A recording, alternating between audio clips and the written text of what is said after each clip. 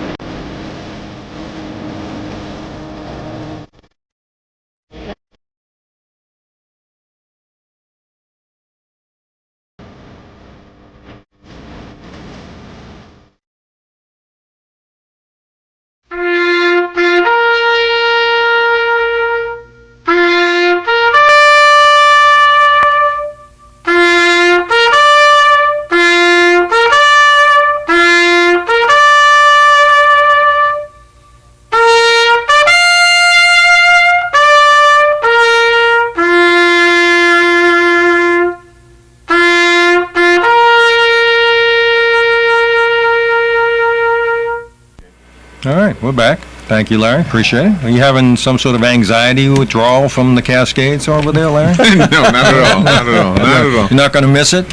I don't think so. Do you miss it? You're not here anymore. No, I really don't. But I miss you. You know, what is it? Next week you're officially moving out of here? We Is probably that will the plan? We'll probably do a first broadcast on Monday. Is that right? Yeah. Okay.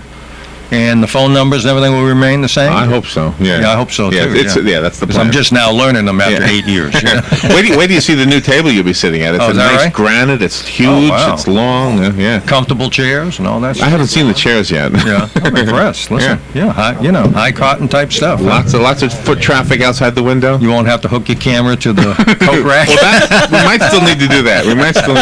Yeah. A few more props that we'll have. Yeah, like that might bigger still be the way it is. Studio audience, all that stuff. Definitely a bigger studio. Oh, that's for fantastic. sure. Well, Yeah, we're looking yeah. forward to it. And that's going to be out at the mall.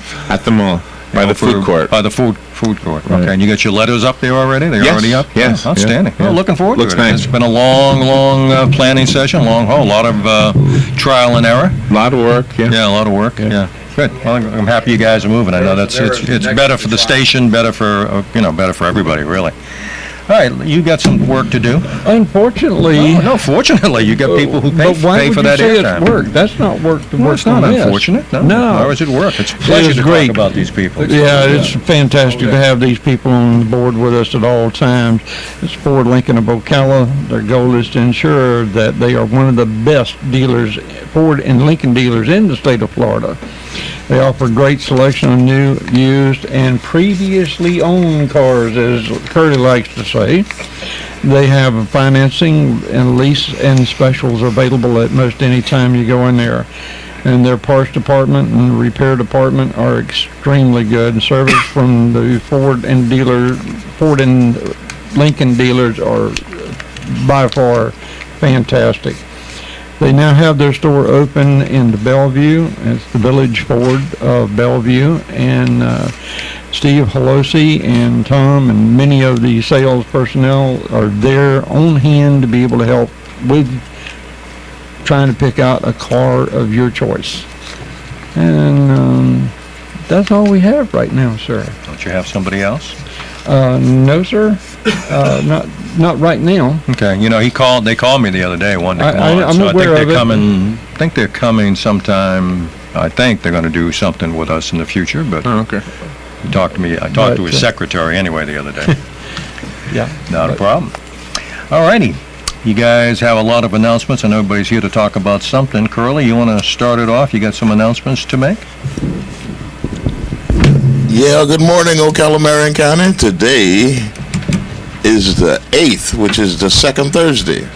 And we would like to remind everybody that the second Thursday is when the Women's Auxiliary of the Veterans, Women's Auxiliary of the Veterans of Foreign War 7193 will be meeting at 4:30 this afternoon at the Mount Moriah Missionary Baptist Church's Annex. And we'd also like to remind everybody that the men's part of the VFW 7193 meets at that same place at 6 p.m. So if you're a member or would like to become a member, be sure to be there at 4:30 for the women and at 6 o'clock for the men. There's an open membership there, so to make sure that anybody who would like to become members or are a member, make sure that you'll be there and join. Also, I'd like to remind everybody that on the 16th of this month, which is on a Friday at 7 p.m., the auspices of the Masonic Order, Queen Griffith Lodge number 50, and Pride of Maddie number 138 will be holding its black and white ball, and it starts at 7 p.m. and it's going to be at the Holiday Inn out on 38th Avenue behind the Walmart. I'm sorry, behind the Sam's Club. So make sure that you be there for that.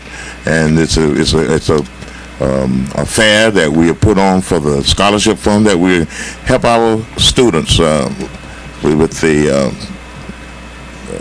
scholarship money for the classes and everything like that. So make sure that you help us out in that respect. Also, the Stuff the Bus will be August the 10th is coming Saturday at the Villages at 17961 United States Highway 441 in Summerfield from 9 a.m. to 5 p.m. For more information, you can call 352-671-6847. A lot of activities coming up this weekend, so make sure that you join in and be a part of all of that. Thank you very much for your time. Alrighty, I know we got the folks from the Marine Corps League here, and who's gonna speak today? You're fighting over it, aren't you? Huh? Yeah. They don't want to get on the radio at all. Nah, listen, they're becoming Okay, personalities. First of all, you know who I am. I'm Lloyd from 061 Marine Corps League. What I'd like to tell everybody about is remind them that the Marine Corps League birthday, the Marine Corps birthday is, this is our 238th birthday. We're putting on a ball this year. It's sponsored by the Marine Corps League 061.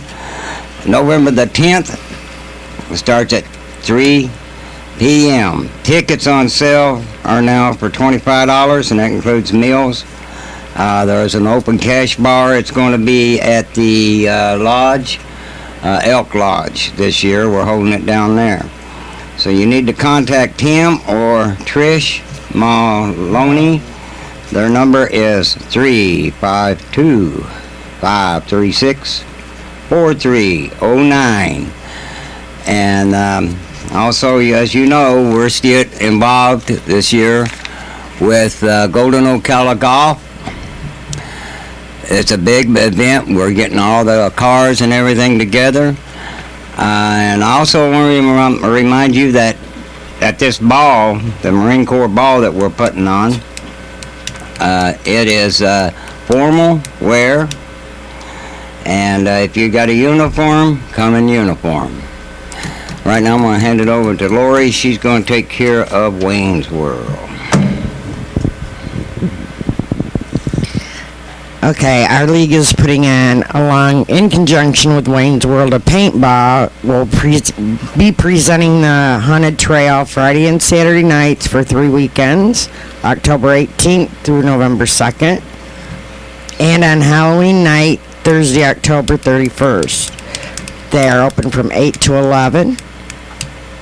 Tickets are $8 and $5, $8 for adults, $5 for children. All the proceeds will be benefiting the Marion County Toys for Tots campaign. No paintball will be involved. For more information, call Wayne's World of Paintball at 352-401-1801. Okay, is that it? You're still recruiting for members down at the Marine Corps Oh, League? yes. I'm always looking for members down there. And if anybody, like I said before, please contact us if you need any help. We're also involved now with Vets Helping Vets. And we're working on quite a few things this year. The Marine Corps League is coming up. Last year we were involved in the Christmas parade. We probably will be involved in that too this year. So at this time, that's about it for the Marine Corps League 061. Well, we'll come back to you. Maybe you can do it again because people don't write as quickly as you talk. Although you talk relatively slow, Lloyd. But listen, you know, there's a lot going on. The Marine Corps League's got very active again. I'm glad to see it. So they're doing a lot of good things down there once again. And Russ from Masonic Lodge. You had your big cookout, I understand, was Yes, sir, a huge we did, success. Hank, and it was a success. No leftover ribs for Larry we and I or had anything no like that? leftover ribs. The boys that was cooking, they ate one slab and they dropped one in the sand, and so we lost 2 slabs that way. But we were sold out, and we've made a promise to the people around Marion County and Ocala here that we're going to have another rib roast here in October, and this time we're going to make sure we have plenty of ribs, because we probably could have sold at least another 50 slabs of ribs. But Hank, getting back, I appreciate the chance to be here on the radio with you today. I'm sort of pinch hitting for Don Harrison. You're doing a better job. You may become the regular player, than Don. Yeah. Well, we won't tell him that right now. No, I hope he's listening. You just don't understand him at all. He's supposed to be up in Virginia helping some fundraiser, but he could be setting out on somebody's pond here fishing, for all I know. But there's something that has struck me here just recently, Hank, and maybe you can add some input into this. I just had a young relative that's been discharged from the Army. He was over in Germany for the last 2 or 3 years, and he was going to make a career out of the service. And after 13 years, not only himself, but a whole group of people at his base in Germany was told they're going to be discharged. And it kind of makes me wonder, I don't want to be into politics in any manner, but it kind of makes me wonder, what does our military or the government, whoever's in charge of all of this, how do you have people out here recruiting for new recruits to come into the military when you're discharging people who want to stay there? Yep. I kind of wonder about things like that. Well, and it all comes down to budget issues again and the cutbacks at the Department of Defense, and people, we've been talking about it, we've talked about it a few times, what an impact that's going to be. And think about, for instance, your relative, who's got all that experience, who's not going to be there anymore. Right. Okay, so you're forcing seasoned troops who know their jobs out, who want to make a career out of it, or at least to extend their tour of service. Exactly. And you're recruiting people who really aren't trained yet. So I think we're going to have a gap in folks who know what to do.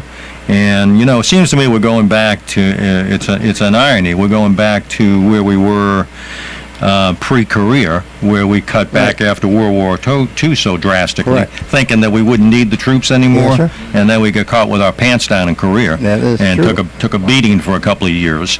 It seems to me the same philosophy is out there: is we don't need it. We do need it, and we do need those trained troops available. That's a political decision. That's coming out of the administration. It's coming out of Congress. I've talked to my congressman about it. Hopefully, you will too. That these drastic cuts in the military spending need to stop, because the consequences for this country are dire. You kind of wonder, do they look at it as being less burden on the economy to train a new recruit? Well, it's cheaper. Well, it's certainly going to be Yeah. cheaper because they're not going to pay a brand new private the money Sure, they're it's paying. cheaper. a staff sergeant Absolutely. or something Staff like sergeants making good money. Exactly. And livable money now, not like it used to be. They're making money they can actually live on. And so, look, it's a lot cheaper, and it's going to be a lot smaller Army, a lot smaller Marine Corps, a lot smaller Navy, fewer ships, fewer planes in the Air Force. We're downsizing dramatically, and the worst is yet to come. Yeah, I'm afraid so. I think you're right about Yeah. that. You got a phone call? I'm sorry. Yes, sir. I don't. Yeah, let's get him. Good morning. You're on the air. Good morning. Certainly agree with you. The thing that really bothers me too is with this sequestration and all, how it's impacting the guys in the military. I think a lot of times what people really don't realize is only about 1%, and it might be even less than that, of people in this country that are eligible actually volunteer for the military. And I think one of the things too, I hate the fact that we got away from the draft. Yeah. I think that was terrible. And I also think that a lot of the services that are being contracted out to the military, to civilians, I think that's ridiculous too. I think a lot of that stuff, and I think that's what happens when you get problems with the meals, and they get overcharged and all these, Halliburton and Blackwater and all these people and stuff like that. And the same thing happens even with the supply. What happened? I had a friend, and she was in the military, and then she got out of the military, and you know what happened? She went straight to the Pentagon, and she got a job with DOD, up there and everything, which you never know how much they have.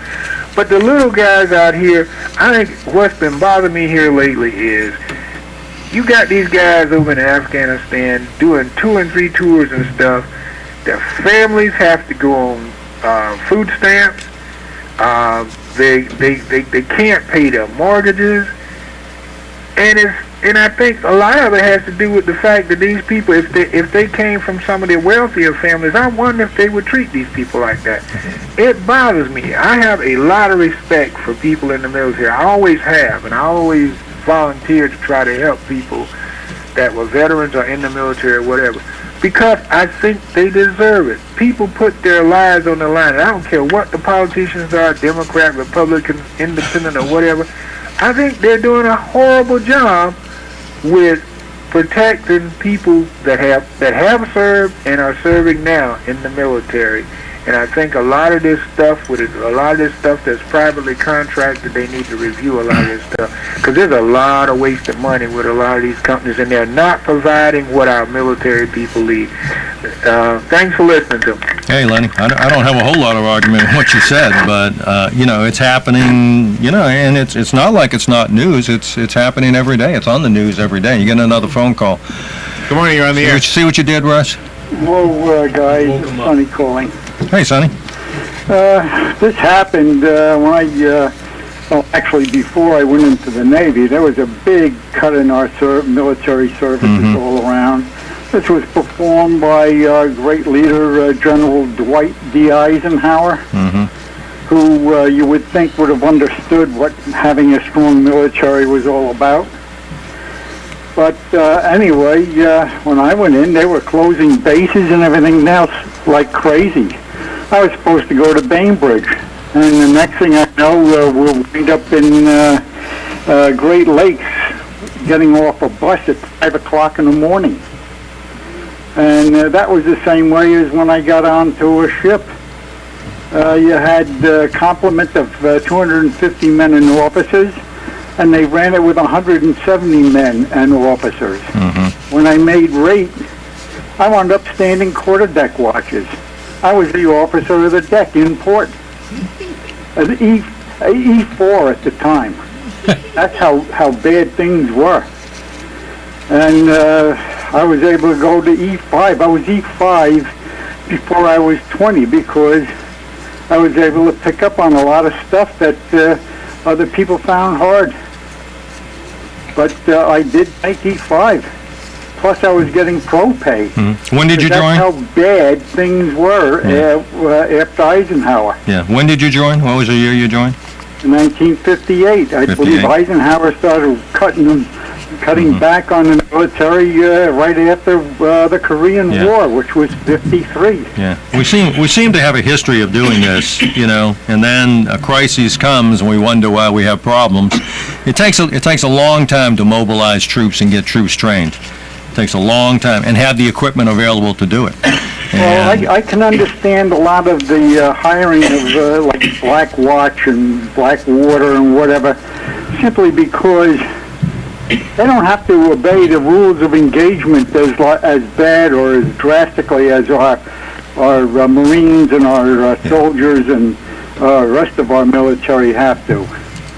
And but Sonny, those folks are not military troops. They're security. They do some other things, but they're not like having a regiment of soldiers or Marines or that's where the cuts are coming from. And if you need that oil tanker out there, and the closest oil tanker to you is 200 further miles away, and they can't get to you to fuel you.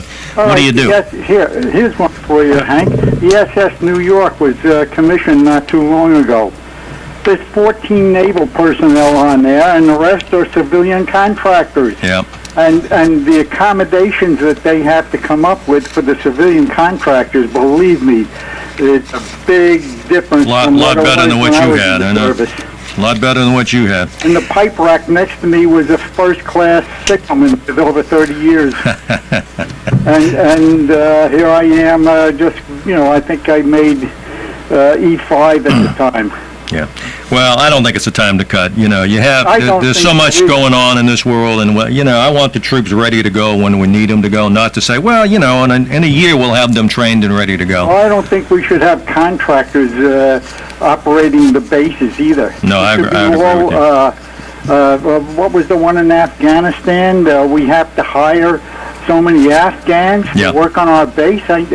Well, that's where a lot of the issues come into at our embassies. People talking about contractors, but they're not talking about our contractors. They're talking about contracting with folks in those countries. And I have zero faith in a lot of those people. Well, anyway, guys, we've gone through this before. Yeah, and you go through it again. You know what? It's gonna happen again and again and again, and unless people. Well, in 1961, the Russians erected the Berlin Wall. Well, you should have seen the scramble that was going on in the Navy at that time. Well, Sonny, you know. Cleared for NATO Confidential. Yeah. You know what last week was, right? You know the anniversary of last week, the 27th of July. Yes. Yeah, the end of the Korean War, okay? 60 years ago. And exactly. You know, I was a small kid, but I remember the panic because we didn't have troops available to send. They were sending up reservists who weren't trained properly. And, you know, we sent troops, a lot of green troops, just like the point we're making, a lot of green troops into Korea who were not trained properly. They got their butts kicked. And a lot of casualties because we thought foolishly that we could disarm and, you know, the world was going to be in peace. Well, we found out the hard way that it wasn't. But a lot of young Americans were killed because of that. Well, the point of the matter also, Hank, during the Korean War, we had troops again in Korea, on the border of North Korea. Pork Chop Hill was one of them. It was winter time there. And again, our troops didn't have winter clothing. That's right. That's exactly right. You know, hello, what was it? 6 years after World War II, or was it 44, late 44 into 45 was the Battle of the Bulge. And again, our troops didn't have the proper uniforms for that weather. And was it less than 6 years, 7 years later, the same thing happens in North Korea? I mean, there is something drastically wrong with our government, and this goes back all the way back to them, back to then. And we'll see the same thing again. Unfortunately, I don't think we'll maybe come out of it like we did the past time. Well, who knows? You know, the consequences are great. You know, again, but young men and young women pay on the battlefield for our mistakes, for the politicians' mistakes. You know, they pay with their lives. They say the war was over, but it wasn't really over until, was it, December of 46 when it was declared officially over, World War II?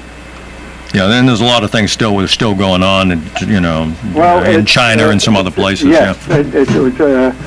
You know, the other thing that really irks me about the Korean War is we chased the North Koreans and the Chinese all the way up into Manchuria, into China. We were actually into China, and then we turn around and retreat back to the 38th parallel, and because of that kind of shenanigans, we have the situation we have now in Korea.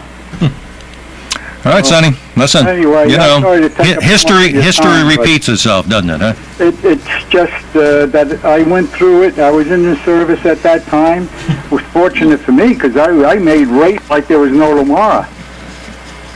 All right, Sonny. Sonny. What can I tell you? All right, buddy. Have Listen. a good day. Thanks again. We always have a good day, Sonny. Thanks for All right, what buddy. you do. Take care. All right, let's take a break. You still have people who are buying products from you or buying time or whatever they're doing. We'll be right back.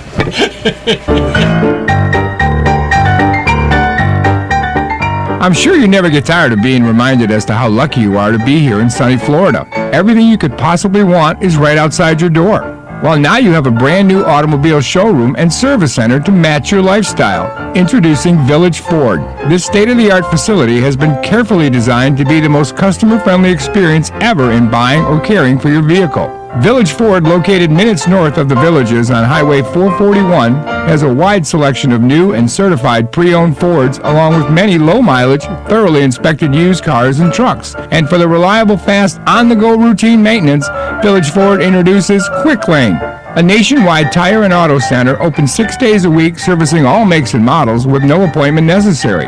We invite you to visit Village Ford and find out for yourself how buying your next car is as pleasant as, well, living where you do. You've got a garden and we've got a show for you called You've Got a Garden with your host, Master Gardener Carol Ann Baldwin.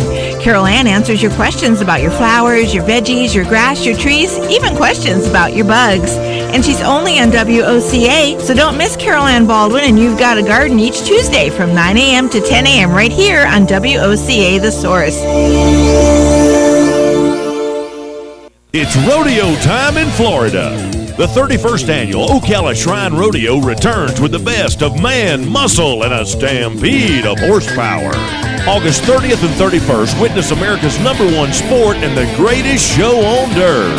If you love barebacks and saddle broncs, tie-down, team roping, and steer wrestling, the beautiful cowgirls of barrel racing, and wild Brahma bull riding, we have you covered. Showtime, 7:30 each night at the Southeastern Livestock Pavilion.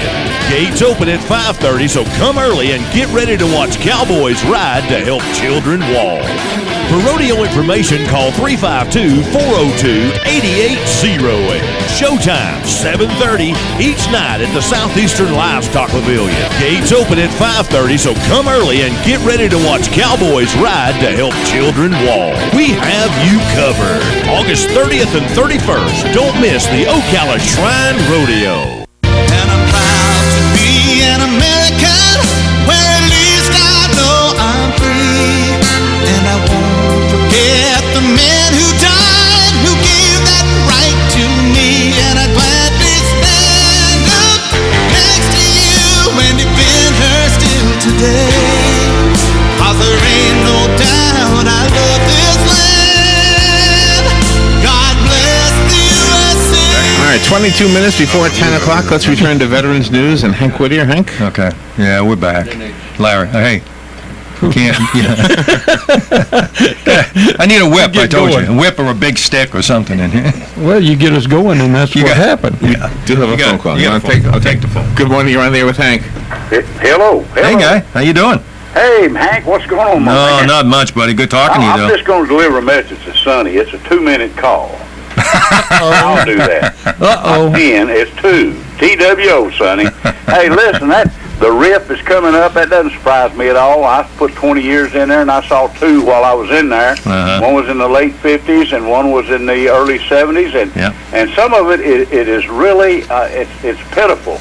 I recall out in Fort Sill, Oklahoma, this major, personnel warrant told me about it. Mr. Phillips told me about this major. He called up and had a rush deal come through on him to give him his walking papers, and he had 17 years and 10 months in.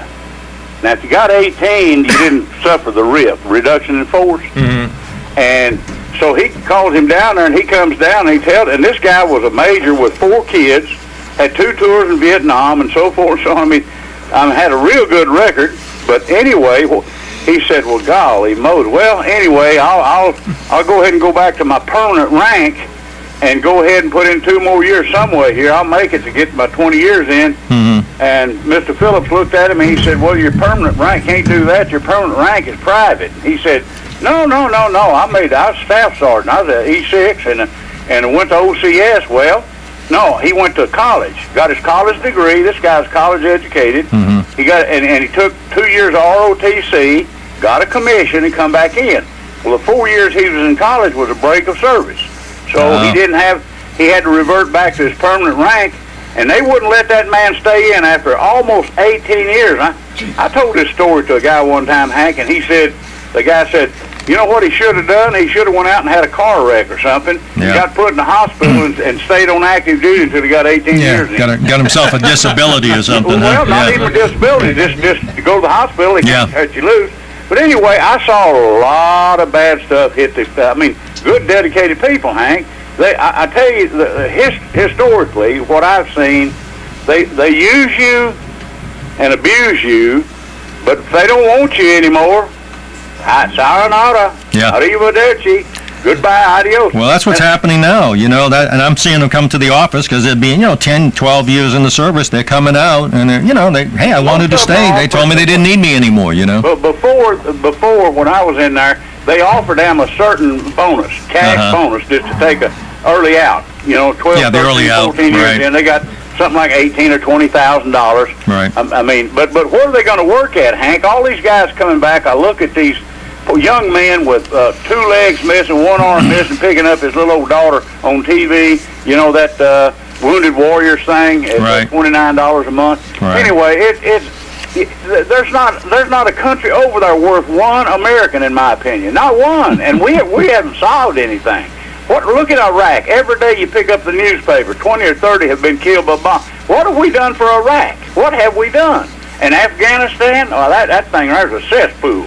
And there's 80% of the people, of the men, are illiterate. They can't even read and write. You're going to make a democratic government out of that? Nothing's going to change there. You know that. As soon as we walk out the door, business as usual. You know what? What the whole problem is. We've made a lot of people over there, a lot of their politicians, very rich. That's what we've done. Well, yeah, we have done that too. But every one of those people are out of Ishmael. You take it all the way back, biblically speaking. Mm-hmm. They're out of Ishmael. If you look in Genesis, he's a fierce, ferocious person. Nobody can make peace with him. Yeah. So they're all out of the 12 kids that Ishmael begatted, and they're going to fight against us, Christians and Jews. They're going to fight against us. You'll never solve it, Hank. You'll never solve it. Listen, we've argued against this for a long time. We should have been out of there a long time ago. Do what we had to do is kill what we had to kill over there, because there were some people that needed that. The Bin Laden and his troops and some of those folks, but going in there trying to make that country into democracy, it's a waste of our time. And I don't care about the time and the money. I do care about the young men and women who got killed over there. You bet your life. That whole area over is not worth one American. And look what we sacrificed. And we got right now an administration, and I believe he's going to cut this military back.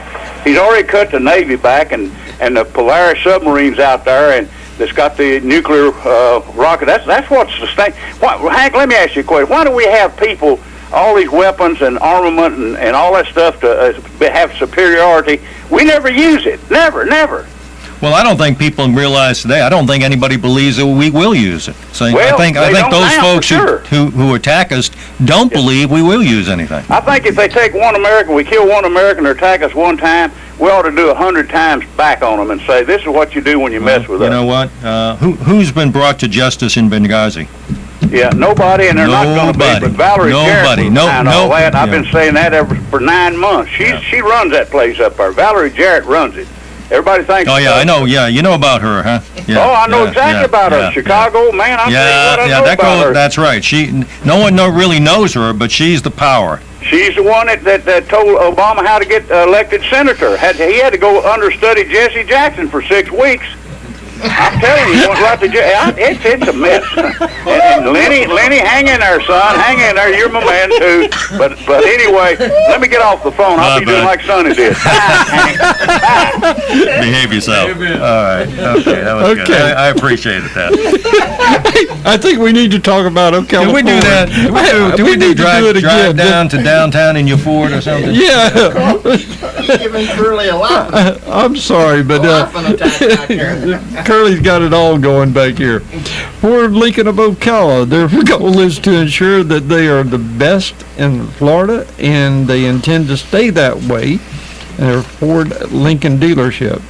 They offer a great selection of new and used cars, and previously owned, as Curly likes to say occasionally. They have financing available, lease agreements are available, and their specials are outstanding.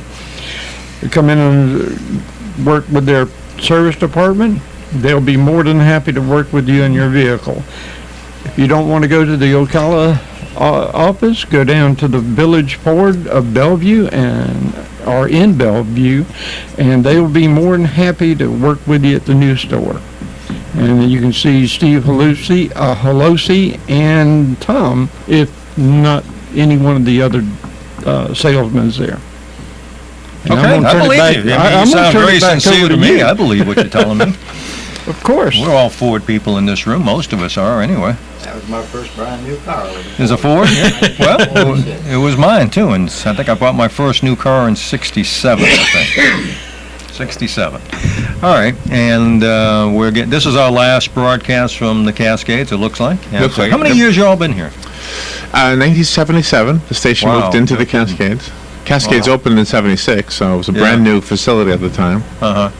And it was billed as Ocala's first mall. Believe it or not, it was a mall. Yeah, I remember when it opened up. I was Yeah. working over here for the state of Florida at the time. Yeah. It was the place to come, really. So now we go to the other first mall. You were in what, grammar school at the time? Something like that. No, I started here in '84 when WMFQ was here. Yeah. Long time ago. A lot of memories. I remember the restaurant over here, the old Fox Bar. Right, Nice right. place. It used to be a great place to come. Yeah, a lot of memories here. All right. Question, sir. Sure, you can have two questions. What is the golf tournament doing? Well, the golf tournament, it's not a golf tournament. So I have Okay, to correct that's you why already. It is that- a fundraiser. Okay. And there is golf included on the October 18th and 19th. Also tennis match. There you go. Silent auction. Social hour that Friday night. Little food and beverages and some outstanding speakers are coming in from Washington. A couple of generals who did some outstanding stuff for our country, including running Guantanamo Bay for a while and Right. interviewing prisoners. So it's really a huge event, thanks to the Masonic Lodge and the Marine Corps League and Golden Ocala. So it is. And you got a phone call, but let me go ahead and finish this. I had a great meeting yesterday with the couple of the county commissioners who are kind of jumping both feet in there and going to participate. And Fantastic. Kathy Bryan and Carl Zalek and a few other folks over there kind of promising us some assistance and want to get involved. And it's going to be a great, big, patriotic affair. There'll be military equipment, both World War II, Korean military equipment we had, and helicopters. And it's going to be an interesting 2 days out there, October 18th and 19th. So if you want to play golf, you want to get involved, give us a call. Call my office. I'll tell you who to call and how to get And we do have applications for the to play foursomes out golf there and play or the tennis and all that tournament. stuff and talk about what it's going to take. But, it gets back to, besides having a good time, it's a fundraiser, but it's where the money goes. And the money That's right. goes to help basically veterans to stay in their homes. We've been helping a lot of veterans either get into homes or to keep their homes. But, I told you, goodwill and promises and all, you can't spend that. That's right. You need hard dollars, and I appreciate all these good folks in the room helping us out. And while I'm at it, I need to talk about, Don and his whole crew, his committee that he's got, really busting their tail to make this a success. So I'm proud to be associated with them. It's been a good deal. That's great. You have another phone call. Looks like you do. I Good was morning. hoping to hear from a Korean War vet this morning. Good morning. You're on the air. They left you, Did Larry. we lose They him? hung up on you. No, I'm still here. Well, well, okay, hello. good. I thought he cut you off, man. No, I'll keep. You better behave, Hank. I don't know how to do that. This is Mike, the computer. I used to be on your show, the computer guy. Yeah. Just had to renew my tag for my truck and found out I needed a new letter from my doctor to keep my handicap parking. Okay. Gave the VA, took the letter down there 2 weeks ago, haven't heard from them. So anybody that's got... At the Cascades? Yeah? At the Cascades? No, not the Villages. I was told that they could not go back and have the doctor sign it while I was there, that they would call me when she got around to it. So anybody that needs the handicap parking better get the letter well before they need it. And you still don't have it? No, that's I took it down over 2 weeks ago. A couple of days I'm going to go see my congressman. Yeah, honestly, do that. I mean, if they don't get off their tail, I don't know a lot of the folks in the Villages. I know some of the social workers down there, but they're not going to do much for you. Part of it is George Albright's office. They don't send the notice out until 2 weeks. Well, I'll tell you what, call the patient advocate's office up in Gainesville.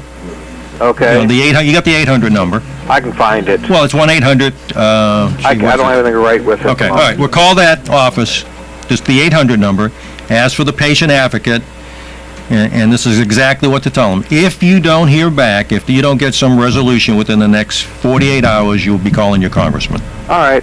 Okay? I just want to let you know, though, for everybody else to try to get that letter Yeah, before okay. they... Well, don't play that game with them. They're supposed to do it when you need it, not when they get around to it. Well, the Cascades, the doctor there lost my application 5 times, and I had to walk him out. Well, don't take it. I mean, don't listen. That again. Remember, I told you about some of the folks in the VA. They got it upside down. They think you work for them. They work for you, and remind them about that. Oh. So you call that number. If you don't get any action, give me a call. You know my new number down there. I can find it. All right. Call me. All right. All right, bud. Bye. Thank you. Yeah, don't get started with the VA again. No. I mean, good people, a lot of good people, but a lot of dead weight too. And some of that attitude he just talked about. Go down there and get signed up. Well, you know what? Here's the thing. You got to flex your muscles every once in a while with them. And don't, listen, they're government employees. They work for you. And remind them about that. And if they don't want to listen, I'll bet we can get their attention. And some of them just have, it's happened before. And, I'm always fussing with the VA. I don't know why. Just The VA they and I have a personality conflict, obviously. But Apparently I do too.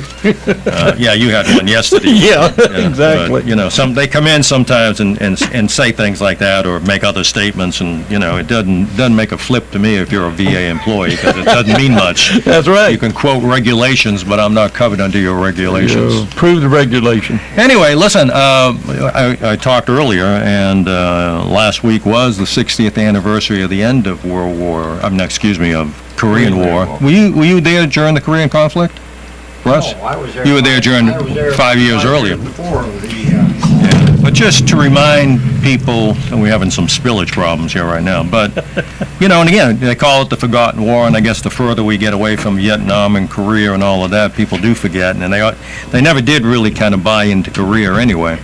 Vietnam got a lot of attention. It was negative, unfortunately, for a lot of the troops, but June 30th, 1950 to July 27th, 1953, there was Korean War. They called it the Korean conflict. I was watching Charlie Rangel the other night, and he was giving a speech, and they said he was in the Army at the time. They sent him over there, and they told him it was going to be a police action. And he said, well, he thought he was going to go over there and sort of direct traffic, Oh, no. And I think Charlie found out that's not exactly what happened. But, Exactly what they had in mind. But he's an interesting guy. But he served in Korea, and he served honorably. I believe he got a Purple Heart over there. But there were 33,000 killed in action, total of 51,000 plus total killed, 103,000 wounded, missing in action over 8,000, POWs almost 4,000.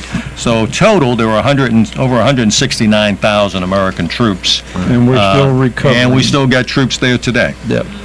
So, Korean War vets, every once, like we tell any veteran, tell them thank you. They served their country, and they did a hell of a good job at it. You get another phone call? Yes, sir. Good morning. You're on there with Hank. Hank, I'm going to jump in there right quick before you go. Did you know that they still had that USS Pueblo for 60 friggin' years over there? Did you know they still had that? Yeah, I do. We were talking about that the other day. Yeah. I didn't know. You got to be kidding me. I met the Captain Bootsy, the one that turned that ship over to them out in Monterey. Yep. And I shook his hand. I shook his hand. I said, introduced myself. I was there in a little small BX, and he said, I said, why didn't you destroy all that highly classified, secretive, intercept, all kinds of stuff, Hank? They got immersion grenades. And he looked at me and he pulled his hand back and walked off. I mean, you got to be kidding me. Yeah, they turned over a lot of ship there. That's right. Yeah, they've made it into a museum, about Yankee imperialism and all that stuff. I'll tell you one thing. I would level that. I'd have got that ship back already, long time ago.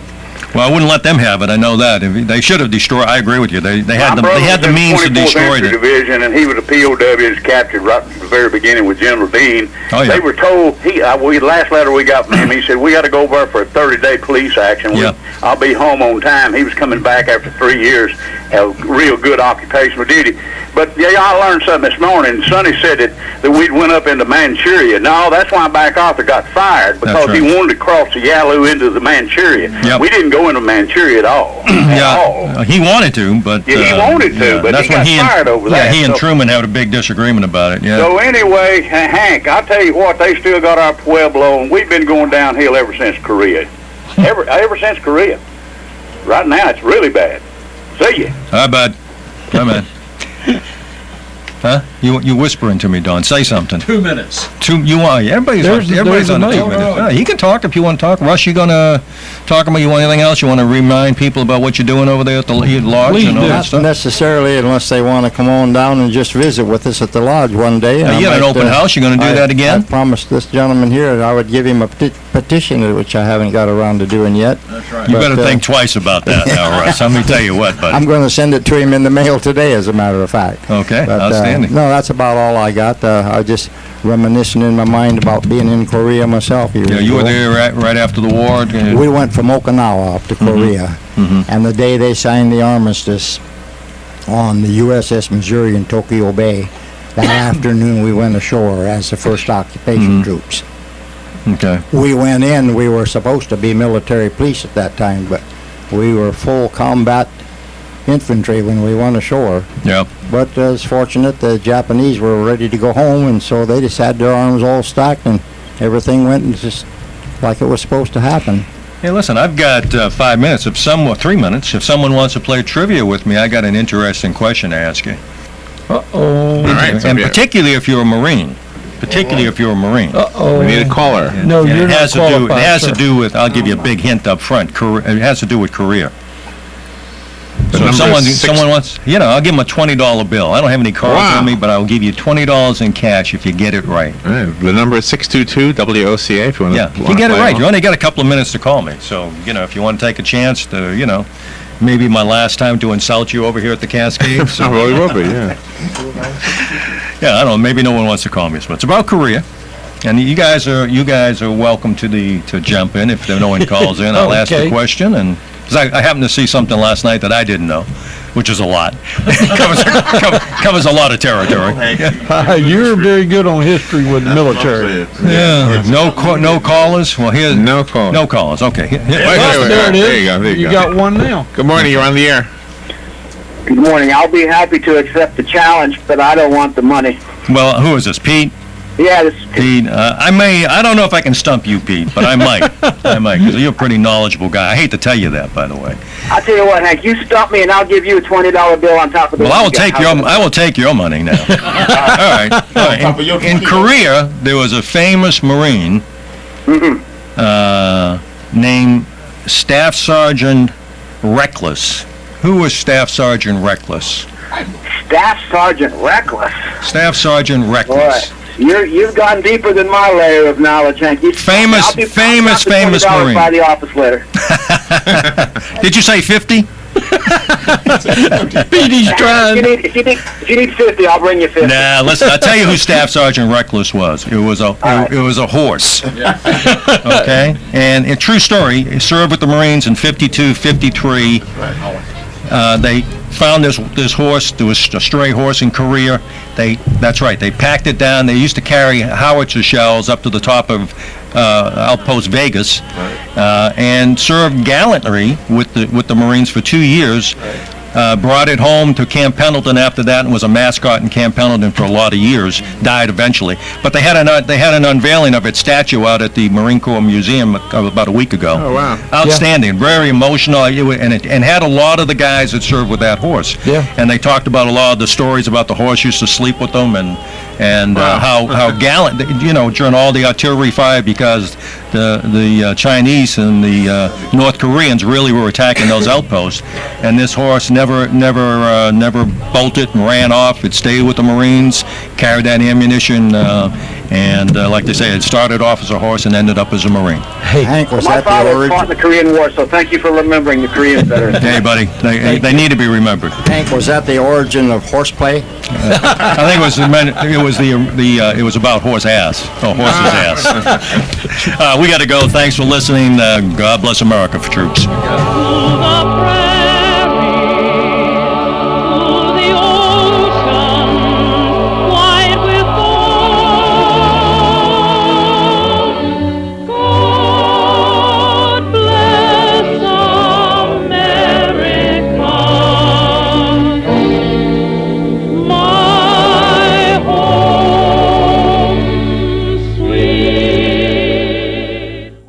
Ocala's information station, 1370 WOCA. Ocala. ABC News Now. I'm Karen Chase. The FBI sent out overnight warnings to police departments nationwide as the global terror alert was expanded to include the home front. Officials say there's no